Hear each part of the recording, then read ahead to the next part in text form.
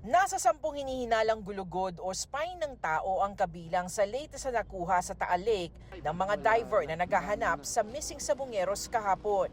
Nakakita rin sila na mahigit na 10 piraso ng posibleng tadyang ng tao, pati mga basag na bahagi ng bungo na inaalam pa kung mula sa isa o dalawang tao. Noong Biyernes, may natagpo ang ring isang basag na bungo, 15 posibleng buto ng tao at isang set ng pustiso. May na-recover ding bungo ng tao nitong Huwebes, bukod pa sa 22 ibang posibleng buto ng tao.